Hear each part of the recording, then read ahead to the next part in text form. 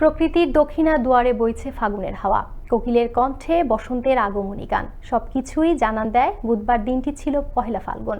এই ফাগুনে প্রকৃতির রঙের মতো বর্ণিল সাজে রাজধানীতে ছিল নানা আয়োজন। সহকর্মী ফরিদুল ইসলাম অপু জানাচ্ছেন বিস্তারিত। শীতের রিক্ততা মুছে প্রকৃতি জুড়ে সাজ সাজ রব, বিবর্ণ প্রকৃতিতে জেগে উঠেছে নতুন প্রাণ। আজ পহেলা ফাল্গুন, ঋতুরাজ বসন্তের প্রথম দিন। কবির ভাষায় ফুল ফুটুক আর নাই ফুটুক, আজ বসন্ত। বসন্ত মানে নতুন প্রাণের কলরব। বসন্তে গাছে গাছে নতুন পাতা আসে, ডালে ডালে কোকিল। রঙিন ফুলে প্রকৃতি সুবাসিত হয়ে ওঠে। এই সময়ে বাতাসে ফুলের রেণু ছড়ায়, প্রকৃতি হয়ে ওঠে অপরূপ।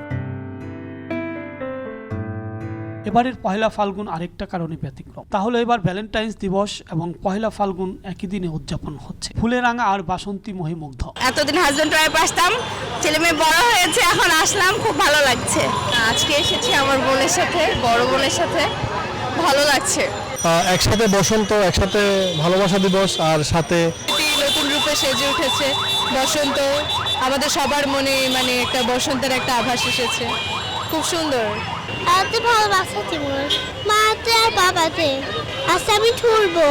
আজকের এই ভালোবাসা শুধুই প্রেমিক আর প্রেমিকার জন্য নয়, মা বাবা, স্বামী স্ত্রী, ভাই বোন, প্রিয় সন্তান, এমনকি বন্ধুর জন্য ভালোবাসার জয়গানে আপ্লুত হতে পারে সবাই। চলবে উপহার দেয়া নেয়া। কেন কি ভালোবাসা ছড়িয়ে যাক হৃদয় থেকে হৃদয়ে।